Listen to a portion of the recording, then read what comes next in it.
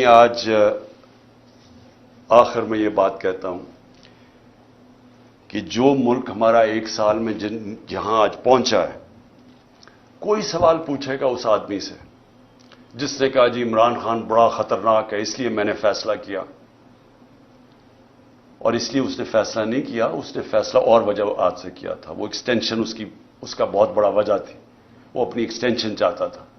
شہباز شریف نے اسے شیورٹی دی ہوئی تھی، وہ اور بات ہے کہ نواز شریف اڑ گیا، پلان سارا ایکسٹینشن کا تھا۔ یہ سارا ڈرامہ اس کے لیے ہوا ہے، ذات کے لیے ہوا ہے۔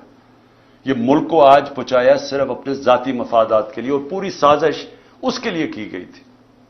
تو آج کوئی پوچھے گا اس کو کہ جدھر آج پاکستان ہے 9 لاکھ لوگ ہمارے پروفیشنل ملک چھوڑ کے چلے گئے ہیں یہ پچھلے چند مہینے میں، امید چلی گئی ہے پاکستان سے۔ شوکت خانم سے 4 ہمارے کنسلٹنٹس چھوڑ گئے ہیں۔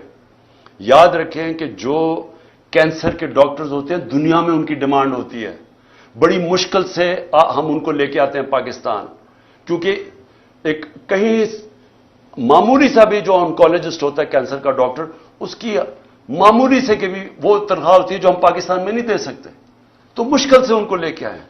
تو یہ جو حالات دیکھ کے 4 ہمارے ڈاکٹرز چھوڑ کے چلے گئے، مایوس ہو گئے ہیں۔ تو کیا کوئی اس کو ذمہ دار ٹھہرائے گا کہ تکبر کے اندر فرعون بنا ہوا کہ میں نے فیصلہ کیا جی ملک کی بہتری کیا ہے، اور اس کے لیے آج جو ہمارے حالات ہیں کوئی ادارہ ذمہ دار ٹھہرائے گا؟ کیا یہ قانون سے اوپر ہے؟ ان کو کوئی پوچھ نہیں سکتا۔ حمود الرحمان رپورٹ 25 سال کے بعد جو ملک ٹوٹ گیا تھا ہندوستان میں چھپی تھی، پاکستان نہیں آئی تھی، کیونکہ وہ یہ سمجھتے ہی نہیں ہیں کہ جب تک ایک معاشرے میں تنقید نہیں ہوتی معاشرہ آگے نہیں بڑھ سکتا۔ جو ساری ڈکٹیٹرشپس دنیا میں فیل ہوئی ہیں ان کی سب سے بڑی وجہ ہے کہ ڈکٹیٹرشپس کے اندر تنقید نہیں ہوتی۔ جب تنقید نہیں ہوتی معاشرہ سکڑ جاتا ہے۔ یہ جو جمہوریت کی خوبی ہے یہ کہ وہ تنقید ہوتی ہے اور تنقید سے اپنی صلاحیت کرتا ہے معاشرہ۔ یہاں جب تک ہم یہ سمجھیں گے کہ جی وہ ایک سپر کنگ تھا، وہ جو مرضی فیصلہ کرے، ذمہ دار کسی اور کو ٹھہراؤ، اور وہ آرام سے کسی باہر والے ملک میں اچھی ہوائیں لیتا پھرے، کبھی بھی ملک آگے نہیں بڑھے گا۔ اور آج خاص طور پہ پاکستان کی اس برے وقت میں جو سب سے خوشائن چیز وہ یہ کہ پہلی دفعہ میں نے 1 سال میں جو چیز چینج دیکھا ہے کہ ہماری عوام جاگ گئی ہے، ایک شعور آ گیا ہے۔ ہمارا نوجوان سوشل میڈیا کی وجہ سے اور یہ 1 سال کی کیمپین میں وہ نوجوان ایک ایشو سمجھ گئے، بچے سمجھ گئے ایشوز، اسکول کے بچے، وہ شعور ہے جو کبھی پہلے بڑوں میں نہیں تھا۔ اور اس سے بھی بڑی چیز کہ ہماری خواتین گھروں کے اندر انقلاب آ گیا۔ میں سمجھتا ہوں کہ یہ سب سے خوشائن چیز ہے جب ایک قوم جاگ جاتی ہے اور جب اس کو سمجھ آ جاتی ہے حقیقی آزادی کیا ہے۔ حقیقی آزادی انصاف سے آتی ہے۔ جب ایک معاشرے میں آپ کے بنیادی حقوق کی حفاظت کرتا ہے آپ کے عدالتوں کا نظام، وہ لوگ آزاد ہو جاتے ہیں، وہ اس کو لیول پلینگ فیلڈ کہتے ہیں، وہ معاشری ترقی کرتے ہیں۔ تو اس وقت لوگ سب سمجھ بیٹھے ہیں کہ ہمیں آزادی چاہیے، ہم بنیادی حقوق چاہیے، ہمیں انصاف چاہیے، ہمیں یہ جو کلاس ہے قانون کے اوپر بیٹھی ہوئی ہم اس کو تسلیم نہیں کرتے۔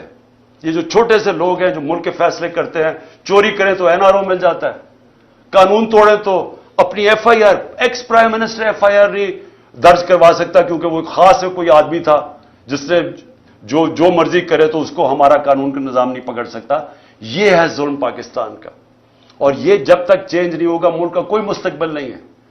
جب تک ہم اس ملک میں رول آف لا نہیں لے کے آتے، 1 سال کا ہمارا تجربہ یہ ہمیں بتاتا ہے کہ رول آف لا جس معاشرے میں نہیں ہے اس میں تباہی ہے، اور 1 سال میں جو قتل ہوا ہے وہ رول آف لا قتل ہوا ہے۔ ان چوروں کو اوپر بٹھانے کے لیے اس ملک کے اوپر جو ظلم ہوا ہے وہ یہ ہوا ہے کہ ان کے لیے ایک اور قانون بن گیا ہے، ان کی ساری چوریاں معاف ہو گئی ہیں۔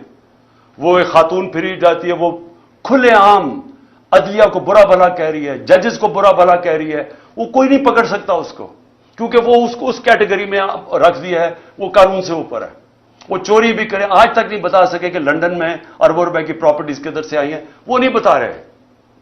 وہ صرف یہ کہہ رہے ہیں کسی کی جرت کیسے پڑی کہ ہمیں سوال بھی پوچھ لیا، وہ یہ اوپر یہ خاص لوگ ہیں، باقی لوگوں کے پاس حقوق ہی نہیں ہے، اور جب مرضی جیل میں پکڑو، رات کو اٹھا لو، گھروں میں گھس جاؤ، 3 بجے اٹھا لو۔ ایک ایکس پرائم منسٹر کے گھر 26 گھنٹے حملہ کیا غیر قانونی طور پہ، صرف اس کو یا اسے قتل کرنا تھا اور یا پکڑ کے جیل میں ڈالنا تھا، اور کوئی قانونی حیثیت نہیں تھی اس کی۔ آپ تماشا دیکھ رہے ہیں، ساری دنیا تماشا دیکھ رہی ہے۔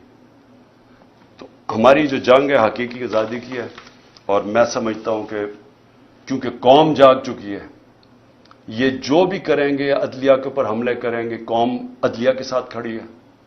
پاکستان کی وکلا کمیونٹی کو کھڑا ہونا پڑے گا عدلیہ کے ساتھ، کیونکہ اگر آئین گیا تو قوم ختم۔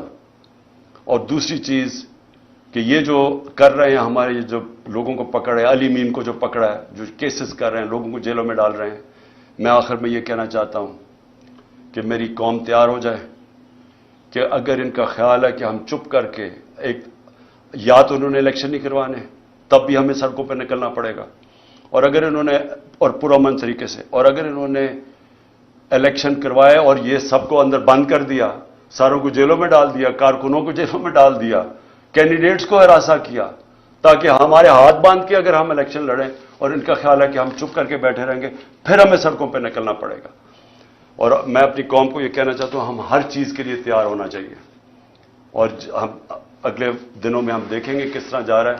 اگر ہم نے دیکھا کہ یہ اسی طرح ہی یا الیکشن سے بھاگ رہے ہیں، کیونکہ الیکشن سے تو بھاگ رہے ہیں، اگر انہوں نے بھاگنے کی کوشش کی عدلیہ کو تقسیم کر کے، اور یا پھر انہوں نے ہمارے اوپر اسی طرح کے حربے استعمال کیے، ہم سب سڑکوں پہ ہوں گے۔ پاکستان زندہ باد۔